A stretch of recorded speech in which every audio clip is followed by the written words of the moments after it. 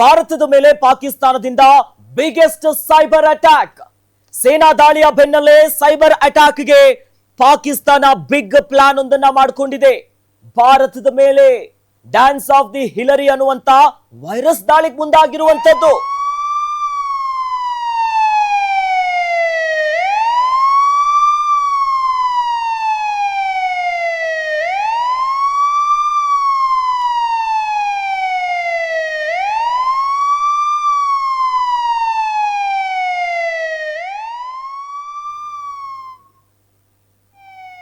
ಭಾರತದ ದಾಳಿಗೆ ಪ್ರತಿ ದಾಳಿ ಅನ್ನುವಂತೆ ಈಗ ನರಿಬುದ್ಧಿ ಅಂತ ಪಾಕಿಸ್ತಾನ ಒಂದು ಬಿಗ್ಗೆಸ್ಟ್ ಸೈಬರ್ ಅಟ್ಯಾಕ್ ಗೆ ಮುಂದಾಗಿದೆ.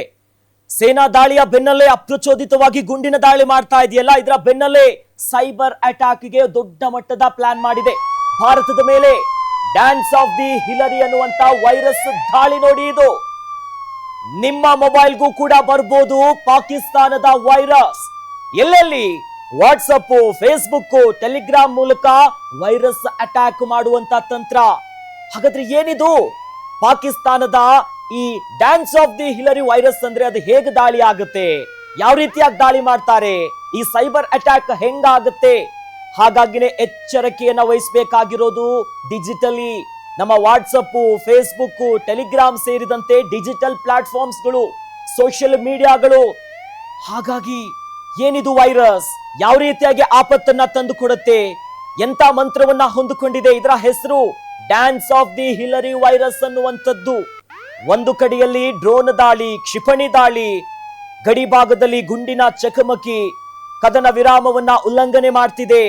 ಹಿಂಬಾಗಿಲಿನಿಂದ ಕುತಂತ್ರತನದಿಂದ ಅತ್ತ ಪಾಕಿಸ್ತಾನದ ಸೇನೆ ದಾಳಿ ಮಾಡ್ತಿದ್ರೆ, ಮತ್ತೊಂದು ಕಡೆಯಲ್ಲಿ ಉಗ್ರರನ್ನು ಚೂ ಬಿಟ್ಟಿದೆ. ಇದರ ಬೆನ್ನಲ್ಲೇ ದೊಡ್ಡ ಮಟ್ಟದ ಒಂದು ಬಿಗ್ಗೆಸ್ಟ್ ಪ್ಲಾನ್ ಮಾಡಿರುವಂತದ್ದು ಡಿಜಿಟಲಿ. ಅದುವೇ ಪಾಕಿಸ್ತಾನ ಮೊಬೈಲ್ ಮೂಲಕವಾಗಿ. ಹೆಂಗೆ ಅಂತಂದ್ರೆ ಸೈಬರ್ ಅಟ್ಯಾಕ್. ಇಂದಿನ AI ಟೆಕ್ನಾಲಜಿಯ ಯುಗದಲ್ಲಿ ಸೈಬರ್ ಅಟ್ಯಾಕ್ಗೆ ಒಂದು ದೊಡ್ಡ ಮಟ್ಟದ ಪ್ಲಾನ್ ಅನ್ನ ಮಾಡಿಕೊಂಡಿದೆ ಪಾಕಿಸ್ತಾನ. ಮೊಬೈಲ್ಗೂ ಕೂಡ ಬರ್ಬೋದು ಪಾಕಿಸ್ತಾನದ ವೈರಸ್. ಎಲ್ಲೆಲ್ಲಪ್ಪ ಇದು ಬರುತ್ತೆ ಅನ್ನೋದಾದ್ರೆ, ಬಹಳ ಪ್ರಮುಖವಾಗಿ ವಾಟ್ಸಪ್, ಫೇಸ್ಬುಕ್, ಟೆಲಿಗ್ರಾಮು, ನಮ್ಮ ಸೋಷಿಯಲ್ ಮೀಡಿಯಾ ಹ್ಯಾಂಡಲ್ಸ್ ಗಳಿರುತ್ತಲ್ಲ, ಇದರಿಂದನೇ ಡಿಜಿಟಲಿ, ಟೆಕ್ನಾಲಜಿಕಲಿ ಇದು ಅಟ್ಯಾಕ್ ಮಾಡ್ತಾರೆ. ಅದು ಹೇಗೆ ಮಾಡ್ತಾರೆ, ಯಾವ ರೀತಿಯಾಗಿ ಸಾಗುತ್ತೆ, ನಾವು ಹೆಂಗೆ ಎಚ್ಚರಿಕೆಯನ್ನ ವಹಿಸ್ಬೇಕೆನ್ನುವಂತ ಕಂಪ್ಲೀಟ್ ಡೀಟೇಲ್ಸ್ ಅನ್ನ ನಿಮ್ಮ ಮುಂದೆ ಇಡ್ತಾನೆ ಹೋಗ್ತೀವಿ. ಮೊಬೈಲ್ಗಳಿಗೆ ಲಿಂಕ್ ಬರಬಹುದು, ಯಾವುದೋ ಅನ್ನೋನ್ ಸೋರ್ಸ್ ಇಂದ ಒಂದಿಷ್ಟು ಲಿಂಕ್ಸ್ ಬಂದು ಅದನ್ನ ಓಪನ್ ಮಾಡಿ ಅನ್ನೋದು ಬರುತ್ತೆ. ಹ್ಯಾಕ್ಗಳ ಆಗಬಹುದು ಸೋಷಿಯಲ್ ಮೀಡಿಯಾ, ಟೆಲಿಗ್ರಾಮು, ಫೇಸ್ಬುಕ್ ಅಲ್ಲಿ. ಈಗಾಗಲೇ 1, 2 ಎಷ್ಟು ವೇಯಲ್ಲಿ ನಾವು ವೆರಿಫಿಕೇಶನ್ ಮಾಡ್ಕೊಳ್ಳೋದಕ್ಕೆ ಸೆಕ್ಯೂರಿಟಿಯನ್ನ ಇಟ್ಟಿದ್ರು ಕೂಡ ಅದನ್ನ ಬ್ರೀಚ್ ಮಾಡ್ತಾರೆ. ಹೀಗಾಗಿ ಅತ್ತ ಗುಂಡಿನ ದಾಳಿ, ಇತ್ತ ಎಲ್ಲದರ ನಡುವೆ ಬಹಳ ಪ್ರಮುಖವಾಗಿ ಇಲ್ಲಿ ಮಾಡ್ತಾ ಇರುವಂತದ್ದು ಡ್ಯಾನ್ಸ್ ಆಫ್ ದಿ ಹಿಲರಿ ಅನ್ನುವಂತ ವೈರಸ್. ಹಾಗಾದ್ರೆ ಏನಿದು ವೈರಸ್ ಅನ್ನೋದಂತ ನೋಡ್ತಾ ಹೋಗೋದಾದ್ರೆ, ವಾಟ್ಸಪ್, ಫೇಸ್ಬುಕ್, ಇನ್ನು ಟೆಲಿಗ್ರಾಮ್ ಮೂಲಕ ಈ ವೈರಸ್ ಅಟ್ಯಾಕ್ ಆಗುತ್ತೆ. ವೀಕ್ಷಕರೇ, ನಾವು ದಿನನಿತ್ಯ ಬಳಕೆ ಮಾಡ್ತೀವಲ್ಲ ವಾಟ್ಸಪ್, ಫೇಸ್ಬುಕ್ ಮತ್ತು ಟೆಲಿಗ್ರಾಮ್ ಮೂಲಕವಾಗಿ ಈ ವೈರಸ್ ಅಟ್ಯಾಕ್ ಆಗುತ್ತೆ. ಇದು ವೈರಸ್ ವಿಡಿಯೋ ಒಂದು ಡಾಕ್ಯುಮೆಂಟ್ ರೂಪದಲ್ಲಿ ಮೊಬೈಲ್ ಬರುತ್ತೆ, ಮೊಬೈಲ್ ದಾಳಿ ಆಗುತ್ತೆ. ಅದು ವಿಡಿಯೋ ಇರಬಹುದು, ಡಾಕ್ಯುಮೆಂಟ್ ಇರಬಹುದು, ಈ ತರದ ಒಂದು ರೀತಿಯಾಗಿರುತ್ತೆ ಅನ್ನುವಂತ ಮಾಹಿತಿ ಈಗ ಸೋರಿಕೆ ಆಗಿದೆ. ಬಳಕೆದಾರರ ಯಾರ್ಯಾರು ನಾವು ಯೂಸ್ ಮಾಡ್ತೀವಲ್ಲ, ನಮ್ಮ ವೈಯಕ್ತಿಕ ಮತ್ತು ಬ್ಯಾಂಕಿಂಗ್ ವಿವರಗಳನ್ನ ಕಳ್ಳತನ ಮಾಡುತ್ತೆ. ನಮ್ಮಲ್ಲಿರುವಂತ ಡೀಟೇಲ್ಸ್ ಗಳಿರುತ್ತಲ್ಲ, ಇದನ್ನ ಸೋರಿಕೆ ಮಾಡ್ಕೊಂತಾರೆ, ತೆಗೆದುಕೊಂತಾರೆ ಇವರು. ವಿಡಿಯೋ, ಡಾಕ್ಯುಮೆಂಟ್, ಹೀಗೆ ಈ ರೀತಿಯಾಗಿ ನಮ್ಮ ಪರ್ಸನಲ್ ಇನ್ಫಾರ್ಮೇಶನ್ ಅನ್ನ ಕಳ್ಳತನ ಮಾಡ್ಕೊಂತಾರೆ. ಹಾಗಾಗಿ ಮೊಬೈಲ್ ಅನ್ನ ಹ್ಯಾಕ್ ಮಾಡ್ತಾರೆ, ಅವರ ನಿಯಂತ್ರಣಕ್ಕೆ ತೆಗೆದುಕೊಳ್ತಾರೆ. ಹೀಗಾಗಿ ಜನ ಭಯ ಪಡಬೇಡಿ. ಹಾಗಾಗಿ ಹೊಸದಾಗಿ ಯಾವುದೇ ರೀತಿಯಾದಂತ ಫೈಲ್ಸ್ ಬಂದ್ರೂ ಕೂಡ ಭಯ ಪಡಬೇಡಿ, ಓಪನ್ ಮಾಡಬೇಡಿ. ನೀವು ಅದನ್ನ ನಮ್ಮವರೇ ಯಾರೋ ಕಳಿಸಿದ್ದಾರೆ, ವಾಟ್ಸಪ್ ಅಲ್ಲಿ ಬಂದಿದೆ, ಟೆಲಿಗ್ರಾಮ್ ಅಲ್ಲಿ ಬಂದಿದೆ ಅಂತ ಗಾಬರಿ ಪಡಬೇಡಿ, ಓಪನ್ ಮಾಡಬೇಡಿ.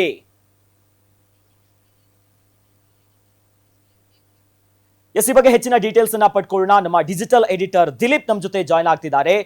ದಿಲೀಪ್, ಈಗಾಗಲೇ ಬಹಳಷ್ಟು ರೀತಿಯಾಗಿ ಪ್ರಯತ್ನಗಳನ್ನ ಮಾಡ್ತಾ ಇದೆ ಪಾಕಿಸ್ತಾನ, ಅದಕ್ಕೆ ತಿರುಗೇಟನ್ನ ಕೊಡುವಂತ ಕೆಲಸ ಭಾರತ ಮಾಡ್ತಿದೆ. ಜೊತೆಯಲ್ಲಿ ಈಗ ಡಿಜಿಟಲಿಯೂ ಕೂಡ ಸೈಬರ್ ಅಟ್ಯಾಕ್ ಮುಂದಾಗ್ತಿದೆಯಲ್ಲ, ಬಹಳ ಪ್ರಮುಖವಾಗಿ ಯಾವ ರೀತಿಯಾಗಿ ಅಟ್ಯಾಕ್ ಆಗುತ್ತೆ, ಜನರು ಎಷ್ಟು ಮಟ್ಟಿಗೆ ಭಾರತೀಯರು ಎಚ್ಚರಿಕೆಯನ್ನು ವಹಿಸಬೇಕಾಗತ್ತೆ ಅಂತ?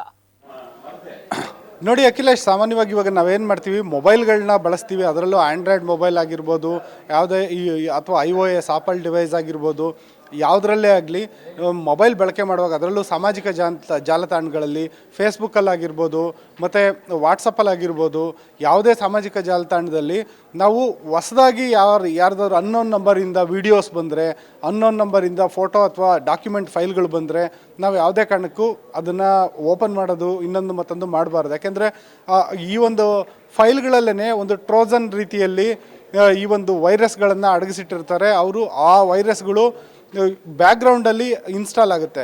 ಈ ರೀತಿಯ ಇನ್ಸ್ಟಾಲ್ ಆಗೋವಂಥ ಸಾಫ್ಟ್ವೇರ್ಗಳು ನಮ್ಮ ಬ್ಯಾಂಕಿಂಗ್ ಮಾಹಿತಿಯನ್ನು ಕಳ್ತನ ಮಾಡ್ಬೋದು, ಜೊತೆಗೆ ನಮ್ಮ ಬ್ಯಾಂಕಲ್ಲಿರೋ ಹಣ ಕಳ್ತನ ಮಾಡ್ಬೋದು, ಜೊತೆಗೆ ನಮ್ಮ ಸಿಮ್ ಕ್ಲೋನಿಂಗ್ ಆಗ್ಬೋದು, ಏನು ಬೇಕಾದರೂ ಆಗ್ಬೋದು. ಅಂದರೆ ನಮ್ಮ ಸಂಪೂರ್ಣ ಮೊಬೈಲ್ ಅವ್ರ ಕೈವಶ ಆದಾಗ, ನಮ್ಮ ಬ್ಯಾಂಕಿಂಗ್ ಡೀಟೇಲ್ಸ್ ಅವ್ರಿಗೆ ಸಿಕ್ಕಿದಾಗ OTP ಕೂಡ ನಮ್ಮ ಮೊಬೈಲ್ಗೆ ಏನು OTP ಬರುತ್ತೋ ಅದು ಕೂಡ ಅವ್ರಿಗೆ ಸಿಗೋ ಅಂತ ಆಗುತ್ತೆ. ಹಾಗಾಗಿ ಜನ ಎಚ್ಚರಿಕೆ ವಹಿಸಬೇಕು. ಮತ್ತು ನಾರ್ಮಲ್ SMS ಏನು ಬರುತ್ತೆ, ಆ SMS ಜೊತೆಗೆ ಕೆಲವೊಂದು ಲಿಂಕ್ಗಳು ಬರುತ್ತೆ, ಆ ಲಿಂಕ್ಗಳನ್ನ ಕೂಡ ಕ್ಲಿಕ್ ಮಾಡೋಕ್ಕೆ ಹೋಗಬಾರ್ದು. ಇದು ಈ ಒಂದು ಪ್ರಕ್ರಿಯೆ ಬಗ್ಗೆ ಕೇಂದ್ರ ಗೃಹ ಇಲಾಖೆ ಪದೇ ಪದೇ ಜನರಲ್ಲಿ ಜಾಗೃತಿ ಮೂಡಿಸ್ತಾನೆ ಇದೆ. ಸೈಬರ್ ವಿಂಗ್ ಏನಿದೆ ಪದೇ ಪದೇ ಜಾಗೃತಿ ಮೂಡಿಸ್ತಾನೆ ಇದೆ. ಆದರೆ ಜನ ಇನ್ನೂ ಒಂದು ಸ್ವಲ್ಪ ಎಚ್ಚೆತ್ಕೊಂತಿಲ್ಲ ಮತ್ತು ಒಂದು ಸ್ವಲ್ಪ ಬೇಜವಾಬ್ದಾರಿ ಮಾಡ್ತಾ ಇದ್ದಾರೆ.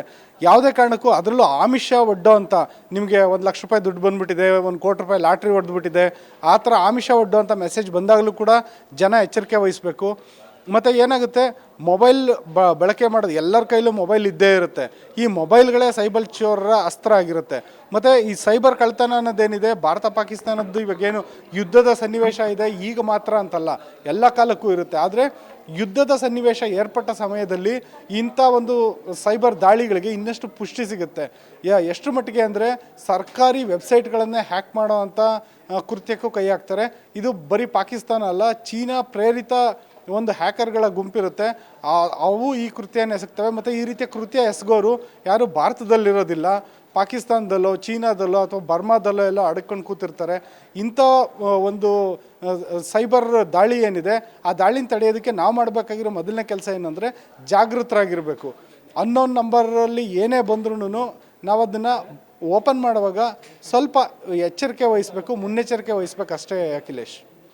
ಜೊತೆಯಲ್ಲಿ ಈಗ ಒಂದು ಕಡೆ ದಾಳಿ ಮಾಡ್ತಿದ್ದಾರೆ, ಡ್ರೋನ್ ದಾಳಿ ಆಯ್ತು, ವಿವಿಧ ರೀತಿಯಾಗಿ ದಾಳಿ ಮಾಡ್ತಿದ್ದಾರೆ. ಅದರ ಜೊತೆಯಲ್ಲಿ ಈ ಇವರ ಪ್ಲಾನ್ ಎಷ್ಟರ ಮಟ್ಟಿಗಿದೆ ಅಂತಂದ್ರೆ ಸೈಬರ್ ಅಟ್ಯಾಕಿಗೆ ಮುಂದಾಗ್ತಿದ್ದಾರೆ. ಅದರ ಜೊತೆಯಲ್ಲಿ ಈಗಾಗಲೇ ಭಾರತ ಕಟ್ಟುನಿಟ್ಟಿನ ಕ್ರಮ ತೆಗೆದುಕೊಂಡಿದೆಯಲ್ಲ, ಅವರ ಯೂಟ್ಯೂಬ್ ಚಾನೆಲ್ಗಳನ್ನ ಬ್ಯಾನ್ ಮಾಡೋದು, ಸುಳ್ಳು ಸುದ್ದಿಯನ್ನ ಹಬ್ಬಿಸ್ತಾರೆ ಅನ್ನೋದಾಗಿನೇ ಅವರ ಟ್ವಿಟರ್ ಅಕೌಂಟ್ಗಳನ್ನ ಬ್ಯಾನ್ ಮಾಡೋದು. ಒಟ್ಟಿನಲ್ಲಿ ಏನಾದ್ರೂ ಮಾಡಿ ತಮ್ಮ ವಿನಾಶ ಕಾಲಕ್ಕೆ ಸಿದ್ಧವಾದಂತೆ ಕಾಣಿಸ್ತಾ ಇಲ್ವಾ ಈ ಪಾಕಿಸ್ತಾನ?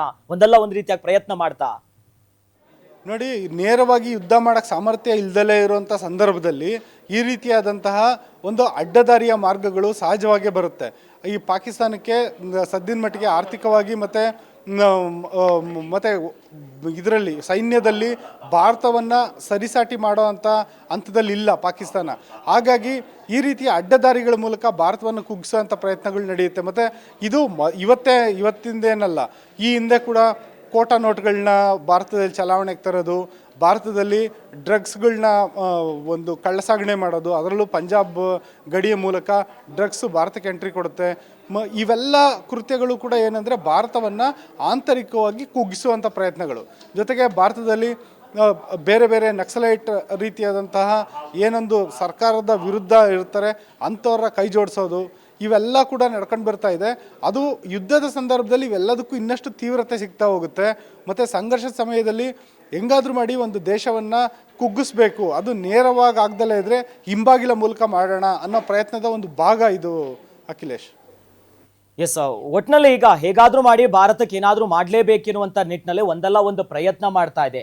ಹೀಗಾಗಿ ಎಲ್ಲಿಗೆ ಹೋಗಿ ನಿಲ್ಬಹುದು? ಈಗ ಅಘೋಷಿತ ಯುದ್ಧದ ವಾತಾವರಣ ಇದೆ, ಮುಂದೆ ಪಾಕಿಸ್ತಾನ ಏನ್ ಮಾಡಬಹುದು? ಎಲ್ರಿಗೂ ಕೂಡ ಕಾಡ್ತಿರೋ ಪ್ರಶ್ನೆ, ಏನ್ ಆಗ್ಬಿಡುತ್ತೆ, ನ್ಯೂಕ್ಲಿಯರ್ ವೆಪನ್ ಮಾಡಿಬಿಡ್ತಾರೆ ಅನ್ನೋ ಪ್ರಶ್ನೆ ಇದೆಯಲ್ಲ, ಹೇಗಾಗ್ಬೋದು ದಿಲೀಪ್? ಈಗ ನ್ಯೂಕ್ಲಿಯರ್ ವೆಪನ್ ಬಳಸ್ತೀವಿ ಅಂತ ಹೇಳ್ಬಿಟ್ಟು ಪಾಕಿಸ್ತಾನ ಡೇ ಒನ್ನಿಂದನೇ ಹೇಳ್ತಿದೆ. ಯುದ್ಧ ಆರಂಭನೇ ಆಗಿಲ್ಲ ಇನ್ನು. ಭಾರತ ಆಪರೇಷನ್ ಸಿಂಧೂರ್ ಕೂಡ ನಡೆಸಿರಲಿಲ್ಲ. ಆಗಲೇ ಪಾಕಿಸ್ತಾನ ಒಂದು ಬೆದರಿಕೆ ಹೊಡ್ತಿತ್ತು, ಏನಂದರೆ ನಮ್ಮ ಹತ್ರ ನ್ಯೂಕ್ಲಿಯರ್ ಬಾಂಬ್ ಇದೆ ಅಂತ.